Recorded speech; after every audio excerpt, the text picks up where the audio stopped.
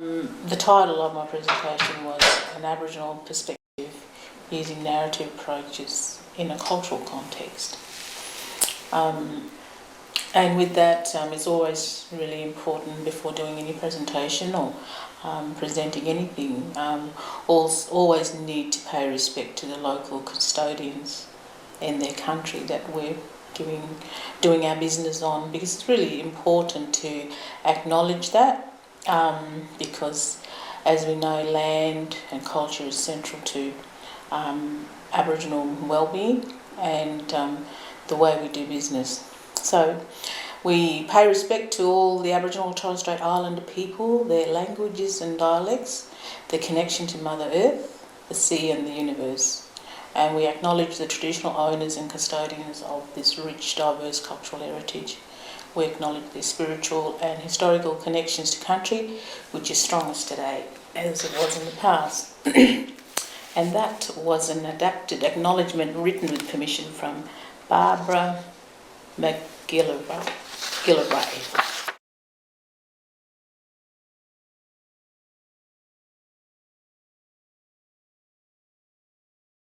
So a bit of background to the Quitline, how I came to be working on the Quitline. There is a national strategy for closing the gap in Indigenous advantages, and it links all the states and territories in a commitment to work together to achieve equality in health status and life expectancy between Aboriginal and Torres Strait Islander peoples and non-Indigenous Australians by the year 2030. The burden of disease and ill health caused by smoking on those who are already dealing with significant health and social issues makes smoking a social justice issue. Smoking contributes to the 17% gap in life expectancy between Aboriginal and Torres Strait Islander people and the total population. And current research suggests that in the Australian Indigenous population, over 50 to 70% are smokers, and smoking is the largest preventable cause of death and disease. Dr. Tom Karma was appointed National Coordinator of the Tackling Indigenous Smoking, and he emphasised the need for community-based programs. And he also observed that we need to break down health silos that separate out mental health, family violence and substance abuse services. So tackling the key risk factors for chronic diseases in Aboriginal community included enhancement of the Quitline so that accessible and appropriate services can be provided to Aboriginal and Torres Strait Islander peoples to quit smoking. So that's where we fit into the enhancement of the Quitline program. So myself, I'm one of two Aboriginal counsellors on the Quitline. I'm from the Northern Flinders Ranges in South Australia, and I'm an Adjumala person. And I sit at the Cancer Council of South Australia, and I've been there since October last year. Near the end of last year, I've also completed my diploma of narrative approaches in community work, but I've been involved in narrative therapy since about 2005, I think. So I've been doing bits and pieces of programs, etc., here and there.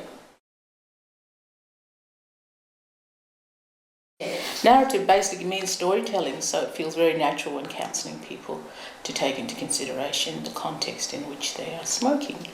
In particular for Aboriginal people, the effects of colonisation, grief and loss, and the impact that has on their ability to make positive changes in their life. So within the Cancer Council, we have the Community Liaison and Networking position. That's where the liaison officer sits with us, the counsellors. And we also have a Aboriginal Quit Skills training program, and that's the other half of my role, where I travel with the rest of the team to communities and provide a 3-day accredited course supporting skilling Aboriginal people and community to talk about tobacco and support Aboriginal people. We've had the Quitline has been mainly clinical. However, now it focuses more on supporting people with behavioural changes. And with the increase in Aboriginal and Torres Strait Islander referrals, there has been an increase due to the awareness through the Closing the Gap, tackling tobacco initiatives. And recently in July, we've taken on the Northern Territory Quitline, and we provide the service from Quitline. So we've seen a gradual increase of total clients calling the Quitline, and also with the referrals to the Quitline. And so what does it all mean for Aboriginal people? Quitline, quit service, phone service that may seem foreign. Aboriginal people feeling really uncomfortable about calling the Quitline. So we developed a model that is a culturally appropriate model, we feel, for a service that's going to provide this sort of counselling to Aboriginal people. So within that model, found that there's 4 components to it. The first aspect being history. So we need to have an understanding of the Aboriginal history of colonisation, the effects of it, and also we need to understand and know how tobacco was introduced and what it has meant for Aboriginal people. The next part of that model is it needs to be a holistic service and provide a service in all a number of areas, including spiritual, cultural, physical, mental, social, political, family and community approaches. And going back to what Dr. Karma was saying, we need to take all that stuff into consideration. And for us to be able to do this work, we need some yarning tools. We call that yarning tools. And the number one yarning tool is narrative therapy. We also use motivational interviewing, mindfulness. We've all done the Quit Skills training, and we cannot underestimate our own Aboriginal lived experience, what we bring to the job. And then we have how do we do the yarning with our community? So we can do that either face-to-face, phone counselling. We're looking at providing support groups because that's something that doesn't happen in the city areas.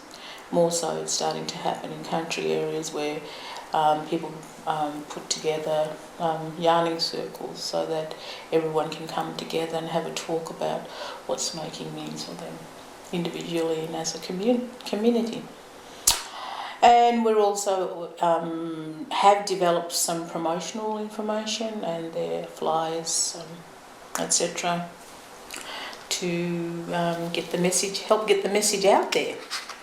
So basically, that's what our culturally appropriate model on the Quitline looks like.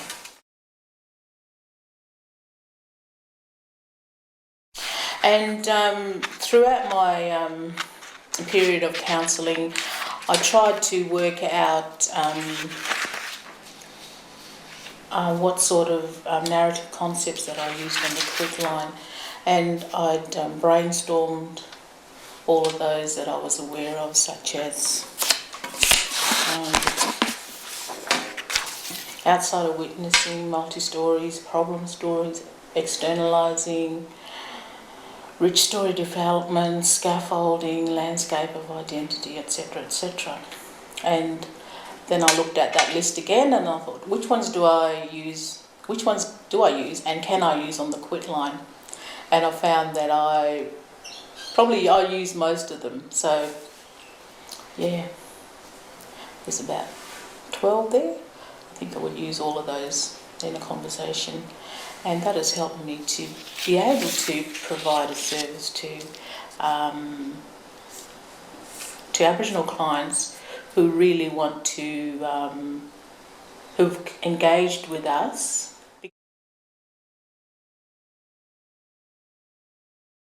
Because it helps from the beginning to be able to, when we ask the question, why have you called the Quitline today? That's the beginning of starting the relationship, and then we're starting to unpack the story as to why. And along the way, we use a lot of that externalizing, separating that cigarette from the person, what that means for them, what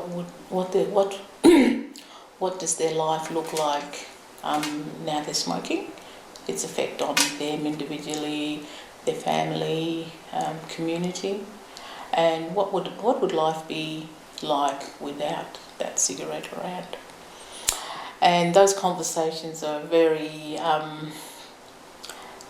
empowering. Clients feel really they love to talk about that stuff, and a lot of the times they say, well, I haven't really been able to sit and think about it like that. It's about, I've always thought that it's about me having the smoke in my hand today and then not doing it tomorrow. Haven't been able to have the opportunity to be able to think about it in those terms. What's life going to be like without the cigarette? I've been able to identify some clients' personal reflections, and within that draw out some narrative concepts. The first one is, I used to have control of my smoking, now I have control of my quitting. Very powerful stuff. This person she said, who am I fooling? Like, after I've spoken to her for 3 or 4 calls and she just couldn't give it up, and then she was saying, I just have to bite the bullet, so to speak, and say, no more, this can't continue to control me, because I know that I can control the way I'm quitting. And that person has been quit now for about 2 months, so that's really exciting. Another one of my clients said, please don't give up on me. And I think that's when they've got so much other stuff going on in their lives that they feel that they are losing control of their attempt to give up smoking. And they ask us to hang on to that hope for them to continue working towards giving up. And in the past, after 2 calls, a letter would be sent out.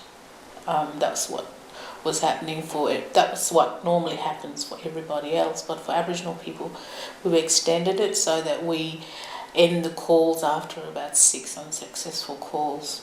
So then it goes on to these other reflections, because we create the space for the conversation.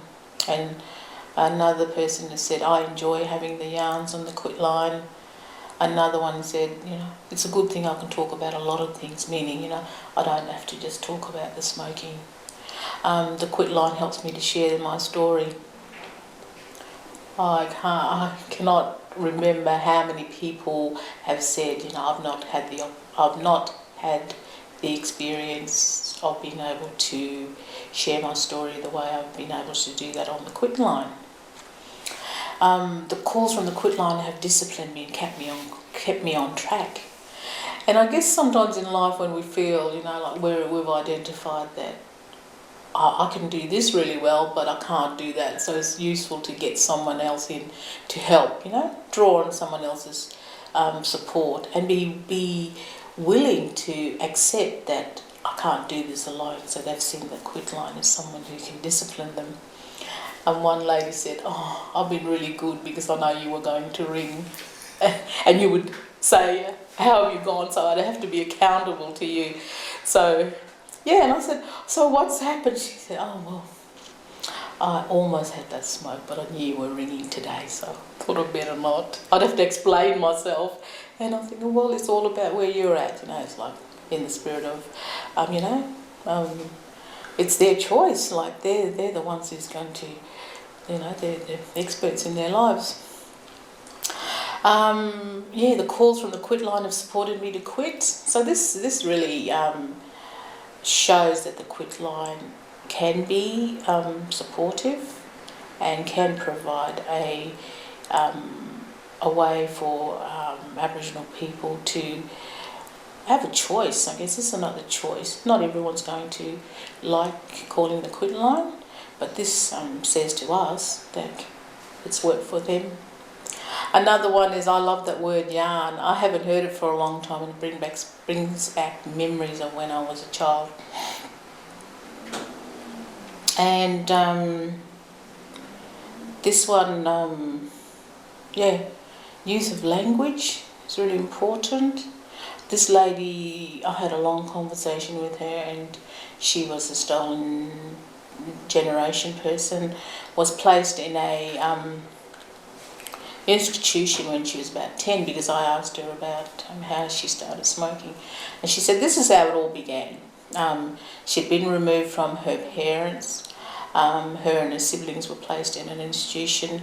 She was about 10, and she had a baby sibling.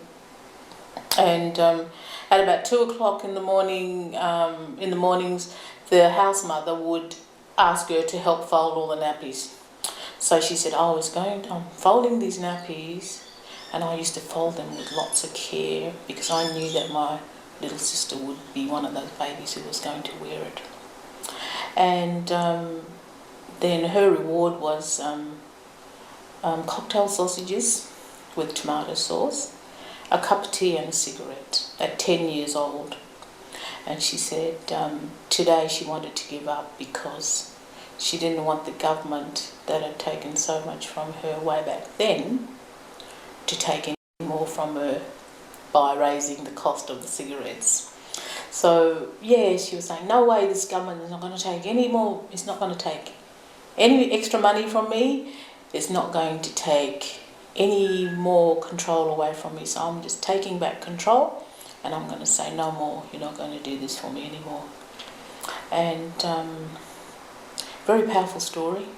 Spent a long time talking to her, and she also said that was the first time she'd been able to share her story. Yeah, so we listened to lots of conversations like that. Another one is happy with the support from the Quitline, and says if she didn't have that support, she would have given up trying a long time ago. And these are the sort of things that keeps us motivated, and that we're doing, we are able to offer Aboriginal people an alternative way to deal with any issues by creating that space, allowing them to give us, allowing them to talk to us, to be able to identify from within themselves how to challenge the smoking in this particular case. But we've had people have also challenged other issues in their life through calling the Quitline, and some of those may be we make referrals to other services, and also provide some extra support. There are days when we may never not talk about the smoking, we may just talk about other issues that are impacting on the person, because we believe that we cannot deal with any issue until people are able to wade, get through all the other stuff, move it out of the way, and be able to identify what they really want to work on. Yeah, that's about it. So in my summary, narrative approaches in a cultural context, it encompasses the holistic approach and gives consideration of history and contemporary issues, the cultural context, and our individuals are able to find ways of overcoming struggles using their own skills and abilities. That's it.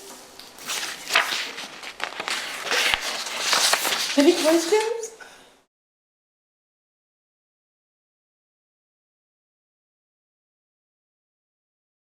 So today's been extra busy for me. I've just had so many really deep conversations with people, and it can be quite emotionally wearing. And that lady I spoke to about the napkin, she was really angry. She was in tears because the system had basically taken her child again. This woman is 32 years old, her daughter. And I said to her, I said, what if you could do anything today, what would it be? She said, I just want to pack her clothes neatly and get them to that institution. And I was thinking, I think I've heard the story from you before. And she said, where? I said, remember the nappies for your little sister? She said, yeah, it is. And the same sort of theme has come through her life. Like now she's about in her mid-50s, and she did this 40 years ago. I said, you're doing it again for your sister, for your daughter, you know. And so what does that say about you? And so then we opened up a new conversation. But that's probably for another DVD, isn't it?